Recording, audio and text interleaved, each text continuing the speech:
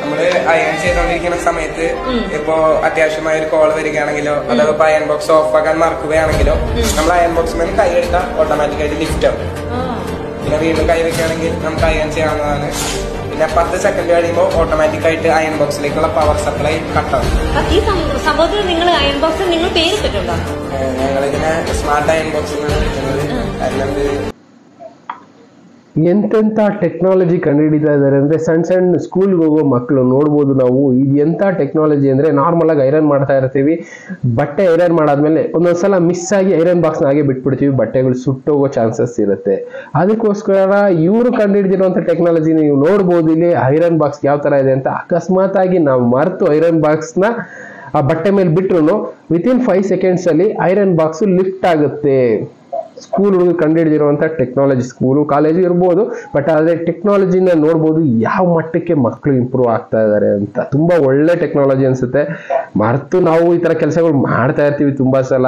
Automatically 5 second ಬಿಟ್ರೆ iron box ಅಂದ್ರೆ ನಾವು ಕೈಯಲ್ಲಿ ಹೋಲ್ಡ್ ಮಾಡಿಲ್ಲ ಅಂದ್ರೆ ಟಕ್ ಅಂತ ನಿಂತ್ಕೊಂಡ್ಬಿಡುತ್ತೆ. ಅಲ್ಲೊಂದು ಬಟನ್ ಬೇರೆ ಕೊಟ್ಟಿದ್ದಾರೆ, ಆ ಬಟನ್ ನೋಡ್ಬೋದು. ನಾವು ಆ ಬಟನ್ ಪ್ರೆಸ್ ಮಾಡ್ಕೊಂಡ್ರೆ ಮಾತ್ರ ಆ ಲಾಕ್ಗಳು ಓಪನ್ ಆಗುತ್ತೆ, ಐರನ್ ಮಾಡ್ಬೋದು.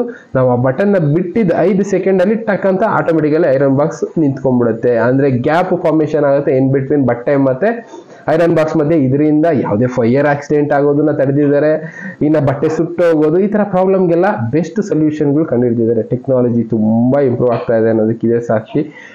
ಮಕ್ಕಳಿಗೆ ನಾವು ಏನ್ ಕಲಿಸ್ತೀವಿ ಅದ್ರ ಮೇಲೆ ಔಟ್ಪುಟ್ ಸಿಗುತ್ತೆ ಅನ್ನೋದಕ್ಕೆ ಈ ರೀತಿ ಟೆಕ್ನಾಲಜಿಗಳನ್ನ, ಸೈನ್ಸ್ ಬಗ್ಗೆ ಇರುವಂಥ ವಿಷಯಗಳನ್ನ ಮಕ್ಕಳಿಗೆ ಕಳಿಸಿದ್ರೆ ತುಂಬಾನೇ ತಿಳ್ಕೊಳ್ತವೆ, ಅದ್ರ ಬಗ್ಗೆ ಅಧ್ಯಯನ ಮಾಡ್ತೇವೆ, ಅದರಿಂದ 4 ಜನಕ್ಕೆ ಅನುಕೂಲ ಆಗುವಂಥ ಕೆಲಸ ಮಾಡ್ಕೊಡ್ತಾ ಇರ್ತವೆ. ಅದನ್ನ ಬಿಟ್ಟು ನಾವು ಇನ್ಸ್ಟಾಗ್ರಾಮು, ಶಾರ್ಟ್ಸು ಇದನ್ನ ಕೊಟ್ರೆ ಅದರಲ್ಲೇ ಪ್ರಾಕ್ಟೀಸ್ ಆಗ್ತವೆ, ಅದರಲ್ಲೇ ಉಳಿದೋಗ್ತವೆ ಮಕ್ಕಳು.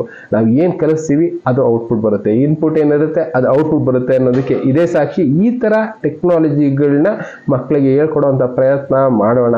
ಆಗ ನಮ್ಮ ಫ್ಯೂಚರ್ ಅಲ್ಲಿ ಮಕ್ಕಳು ಕೂಡ ಕೆಲವಷ್ಟು ಜನಕ್ಕೆ ಒಳ್ಳೇದಾಗುವಂಥ, ಅನುಕೂಲ ಆಗುವಂಥ ಕೆಲಸಗಳನ್ನ ಮಾಡುವಂಥ ಕೆಲಸಗಳು ಮಾಡ್ತೇವೆ. ಈ ಥರ ಟೆಕ್ನಾಲಜಿಗಳ ಬಗ್ಗೆನೂ ತಿಳ್ಕೊಬೇಕಾಗತ್ತೆ. ಜನರಲ್ ಆಗಿ ಇದು ಎಲ್ಲ ಕಡೆ ಯೂಸ್ ಆಗುವಂಥ ಟೆಕ್ನಾಲಜಿಗಳು, ಅಂಥ ಟೆಕ್ನಾಲಜಿಗಳನ್ನ ನಾವು ಇನ್ನು ಮುಂದೆ ತಿಳ್ಕೊಳ್ತಾ ಹೋಗೋಣ. Thank you. ಮತ್ತೆ ಸಿಗೋಣ. Good bye.